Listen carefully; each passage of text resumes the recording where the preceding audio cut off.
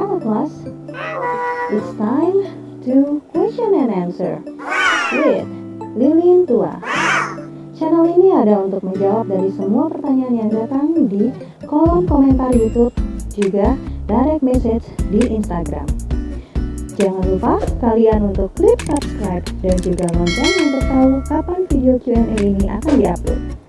Jangan lupa untuk klik like-nya dan selamat mengikuti. Halo, jumpa lagi dengan Lilin Tua dalam program lanjutan membahas question and answer tentang apa itu diagram blok pada sistem pengendalian. Part 2. Yang part 1 kemarin saya sudah menjelaskan secara sekilas tentang apa itu diagram blok, kaitannya dengan hubungan antara input dan output dan akibat daripada input dan output itu dalam satu tiap proses dari tiap komponen. Ya, kemarin kita juga sudah mengenal tentang 3 dasar yang harus kita pahami betul, yaitu pertama hubungan input-output tentang masalah titik cabang, take off point. Kita kemarin sudah bahas dan juga contoh-contohnya. Kemudian perkalian, nah, kalau inputnya masuk 5, kemudian diproses dalam satu komponen dengan nilai tertentu, maka outputnya merupakan hasil perkalian antara input dengan fungsi alihnya. Ya, kemarin ada kesalahan nulis tentang I, O, mestinya ini, tapi kemarin ada salah, mudah-mudahan sudah bisa dibenarkan. Kemudian yang ketiga adalah hubungan penjumlahan. Di sana atau kemarin kita sudah ini tentang sebuah komparator atau otak kita yang berfungsi sebagai komparator menerima paling tidak 2 masukan. Masukan yang dikendai dan masukan yang kejadian yang kenyataan, paling tidak. Barangkali lebih, mungkin ada masukan gangguan dan sebagainya. Iya. Hari ini saya memberi contoh dari 3 dasar yang harus kita pahami kemarin, yaitu titik cabang, yaitu perkalian, yaitu penjumlahan. Kalau Anda lihat di sini, X3 sama dengan A1 kali X1 plus A2 X2 minus 5, maka Anda melihat nilai X3 adalah penjumlahan dari 2 perkalian, terus dikurangi dengan nilai bebas 5. Nah, jadi kita di sini melihat ada 2 perkalian. Perkalian A1X1 dan A2X2. Baru kemudian dikurangi nilai bebas 5. Saya kasih tanda merah sama hitam, sehingga untuk membuat diagram bloknya kita membuat cangkrangan tentang perkalian dulu. 2 buah perkalian. A1 X1 adalah hasilnya. Maka ada di sana X1, fungsi alihnya adalah A1, maka outputnya dapatnya adalah A1 kali X1. Ini perkalian yang pertama. Perkalian yang kedua sudah kita kasih cangkrangannya. X2 kali fungsi alih A2, maka outputnya mesti input kali fungsi alih dapatnya A2 X2. Dua perkalian yang nanti akan kita jumlahkan. Dikurangi nilai bebas. Ada nilai bebas 5. Ya, sekarang sudah tinggal masukkan ke apa kemarin tentang penjumlahan, yaitu summing point. Ya, kita lihat di sini, kita ulangin. Ada dua pengalian siap untuk menuju ke summing point. Kita lihat summing point-nya, titik penjumlahan, maka dari perkalian pertama masuk ke summing point, perkalian kedua masuk summing point, nilai bebas 5 masuk summing point. Masing-masing punya tanda plus, plus, minus. Berarti hasil perkalian pertama ditambah hasil perkalian kedua dikurangi nilai bebas 5. Hasilnya adalah X3, yaitu A1 X1 ditambah A2 X2 dikurangi 5. Ya, inilah penggambaran secara diagram blok dari persamaan X3 sama dengan A1 X1 plus A2 X2 min 5. Ya, kita lanjut. Contoh soal lagi, ada soal I. I sama dengan kurung kurawal, di dalamnya ada kurung kecil A plus B kali X minus 5, kurung kurawal besar ya, kali 10. Jadi hasilnya kali 10. Bagaimana caranya?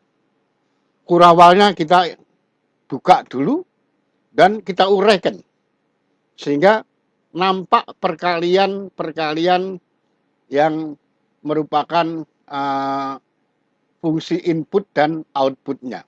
Kita lihat, kita buka semua kurung. Jadi kurung awalnya kita buka, AX plus BX minus 5 kali 10.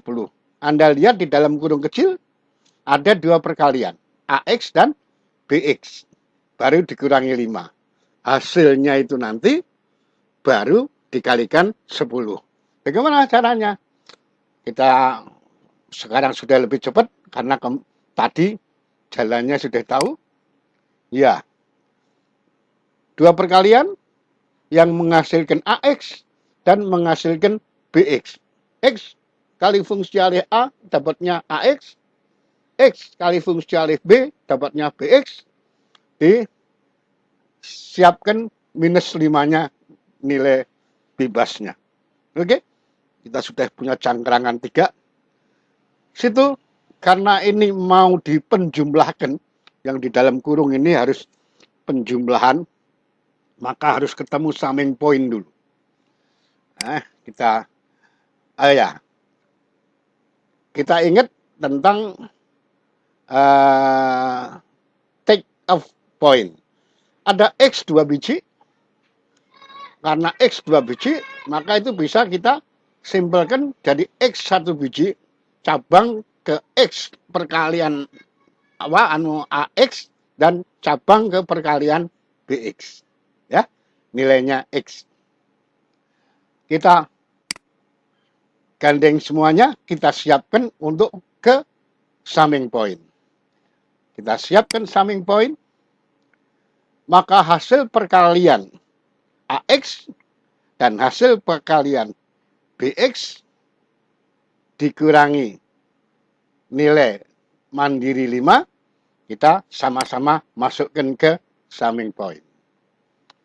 Tinggal ngasih tanda. AX-nya adalah plus, BX-nya plus, sementara 5-nya minus. Ini adalah yang terjadi di dalam kurung. Hasilnya ini nanti, hasilnya apa? Hasilnya adalah ini. Ini adalah yang di dalam kurung. baru dikalikan. Nah, karena dikalikan, maka kita sudah punya fungsi kali. Ya, kemarin ada take off point, ada penjumlahan, dan ada perkalian. Hasil dari dalam kurung AX plus BX minus 5 dikalikan fungsi alih 10, maka hasil akhirnya A sama dengan AX. Gampang, gampang. Nanti, ini makanya yang dasar-dasar ini Anda harus ikutin, ya, supaya nanti kesononya yang agak rumit sudah nggak rumit lagi. Karena dasarnya di sini, dasarnya kemarin. Apa itu kemarin? Ada 3 yang sekarang kita terapkan, yang sekarang kita coba. Ada titik cabang, ada summing point, ada perkalian. Oke? Iya. Kita lihat suatu aplikasi. Aplikasi sebuah transducer. Transducer itu adalah komponen dari suatu sistem kontrol yang merubah bentuk sinyal masukan ke bentuk lain pada sinyal outputnya, keluarannya. Nah, di transducer yang nampak sekarang ini, yang masuk adalah fisiknya adalah tekanan, menghasilkan gaya. Nah, tekanannya adalah P. Masuk di dalam bellow yang menekan membran seluas A. Nah, membran seluas A. Sehingga di situ ada satu bentuk perkalian bahwa nilai fungsi alih H1 sama dengan gaya per tekanan sama dengan luas. Ya.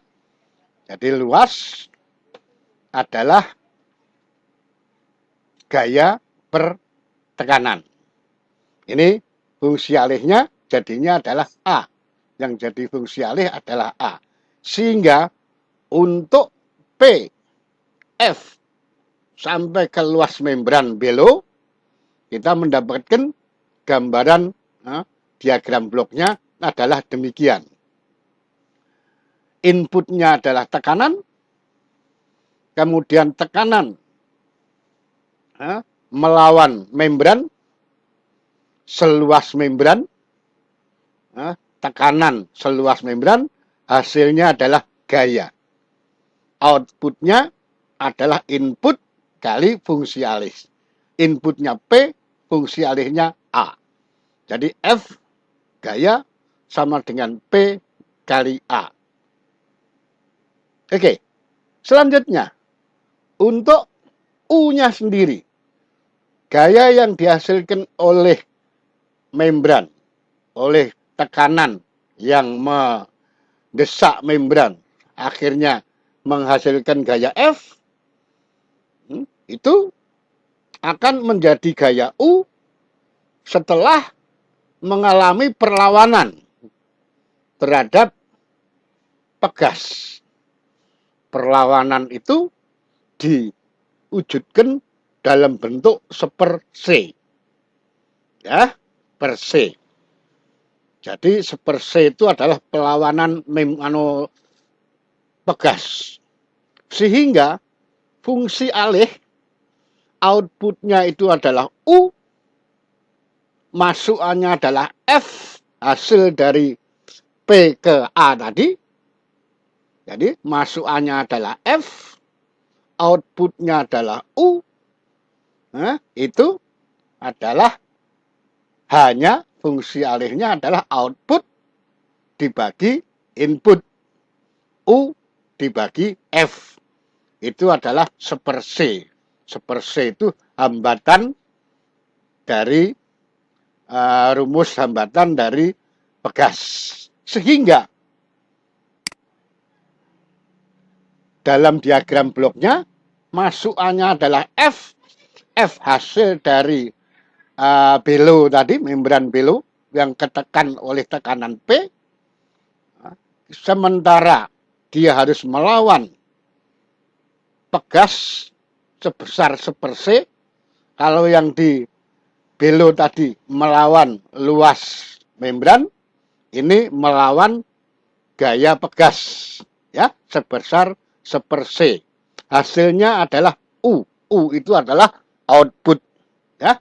Yang sini menghasilkan output F sebesar P kali A. Yang sebelah sini menghasilkan output U sebesar F kali 1/C.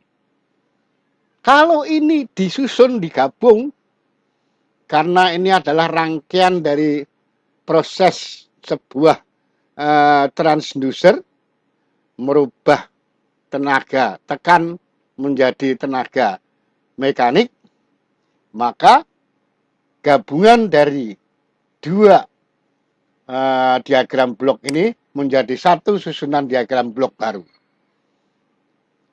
Diagram bloknya adalah ini. P sebagai masukan melawan membran seluas A menghasilkan F gaya. Gaya melawan pegas sebesar 1/C, hasilnya adalah U. U-nya adalah F kali 1/C. Ini contoh pembuatan diagram blok dari sebuah transducer. Banyak nanti. Semuanya bisa dan harus bisa dirubah menjadi diagram blok sehingga lebih memudahkan cara penghitungan dan logika pemikiran, logika arus. Ya. Oke. Kita lihat berikutnya. Ini juga satu contoh untuk bagaimana mengubah sesuatu instalasi, sesuatu komponen, sesuatu kerja komponen menjadi sebuah diagram blok sehingga mudah untuk mencerna. Komparator adalah alat untuk membandingkan antara input referensi dan input feedback. Input referensi itu input yang sebagai modal, set point. Kalau dia otomat, dia set point. Kita set seberapa kita maunya.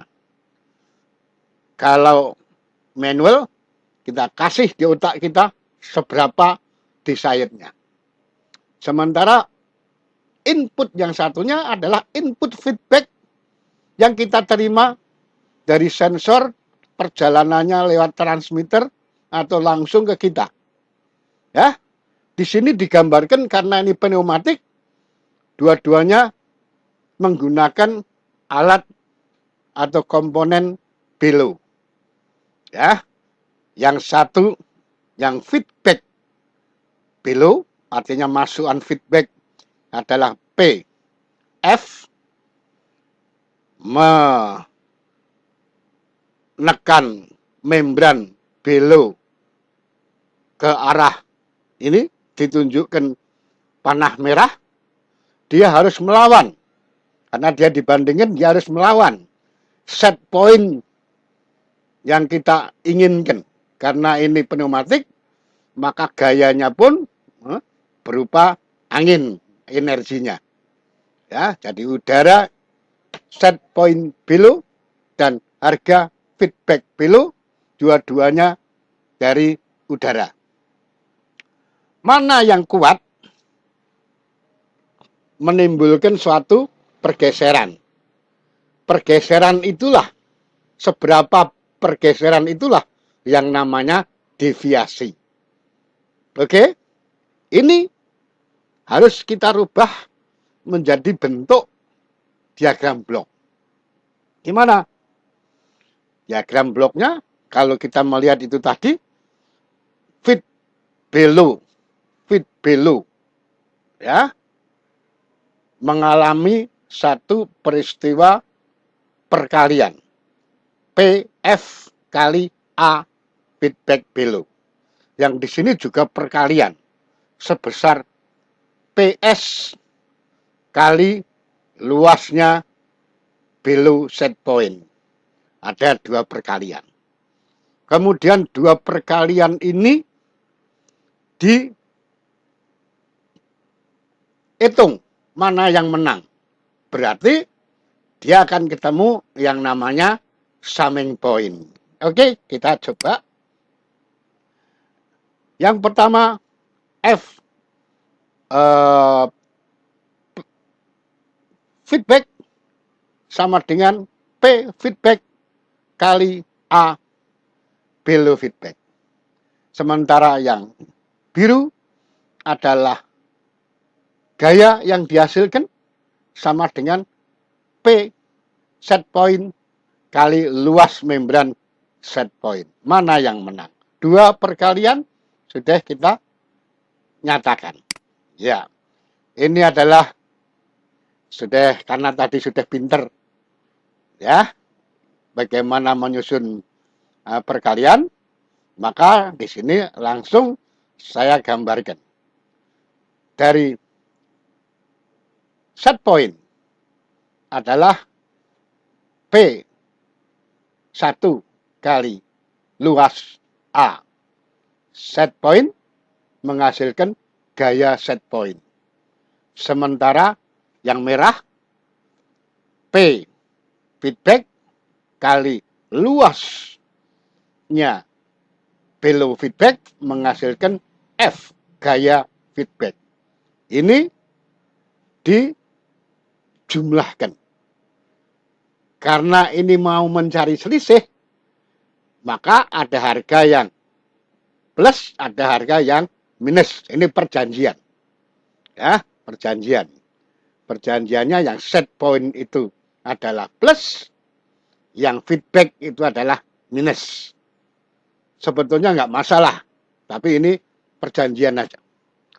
Bahwa set point yang kita inginkan itu plus, feedback yang kita terima itu minus. Sehingga deviasinya ketemu. Bahwa deviasinya adalah F gerakan gaya. Jadi hasilnya itu adalah gaya. Nah, gaya itu nanti akan dirubah karena ini pneumatik, masuk ke dia berfungsi sebagai flapper. Nah, makanya ini pelan-pelan nanti suatu saat kita ketemu hubungan flapper and nozzle. Ya, pelan-pelan dulu. Deviasi di sini dinyatakan pergerakan titik yang dihubungkan dengan batang. Batang ini nanti punya cerita, dialah yang akan jadi bagian dari komponen sistem pneumatik, apakah itu transmitter, apakah itu controller, apakah itu nanti valve positioner, akan ketemu flapper ini. Nah, sekarang flappernya bergerak sesuai dengan besaran. Flapper, gerakan flapper inilah yang disebut deviasi. Oke? Iya.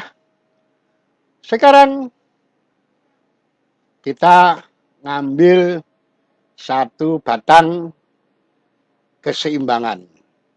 Ini kita ambil contoh karena nanti kita juga akan ketemu komponen yang memiliki atau alat instalasi yang memiliki komponen yang bekerja berdasarkan keseimbangan batang.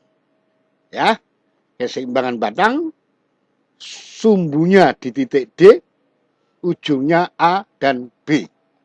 Jadi dia keseimbangan. Keseimbangan ini ya sesuai dengan ilmu kontrol sistem pengendalian, gerakan di A yang mengarah ke merah itu X adalah gaya input. Dengan adanya sumbu maka akan menghasilkan di ujung B gerakan E. Jadi E ini adalah input. Seberapa X bergerak, maka seberapa Y akan bergerak. Tergantung dari posisi D. Tergantung daripada jarak A dan B. Dalam keadaan keseimbangan, maka gaya adalah X dibanding Y sama dengan A dibanding B. Ya, dalam keadaan seimbang itu boleh gini, boleh begini, yang jelas dia sudah seimbang diam. Maka X dibanding Y sama dengan A dibanding B. Atau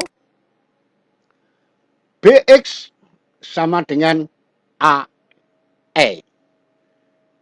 Sehingga E output adalah X masukan kali fungsi alih. Selalu output adalah hasil perkalian input kali fungsi alih. Outputnya E, inputnya X, fungsi alihnya B per A. Dari perhitungan di atas tadi.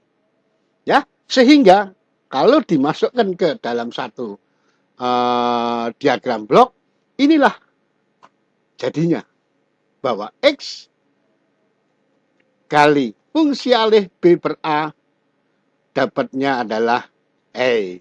E sebagai output. Ya, pelan-pelan kita akan nyampe, nanti akan makin, ya, besok kita akan ketemu sambungan ini yang lebih tanda petik legit lagi. Ya, kalau ini kita sudah pahami secara enak, maka besok akan lebih enak lagi. Dan jangan lupa, yuk dukung saya, ya, dukung channel Lilin Tua dengan cara subscribe dan tonton videonya, video-video yang di channel saya Lilin Tua sampai habis tiap videonya, agar bisa bantu saya nantinya program pembelajaran di lapangan segera bisa terrealisir. Dengan Anda ini, dan dengan Anda mau nonton sampai habis, Anda punya kesempatan. Kalau nggak ngerti, boleh direct message ke Instagram atau di kolom yang telah tersedia, atau barangkali Anda perlu WA, nanti kita akan layani. Saya Lilin Tua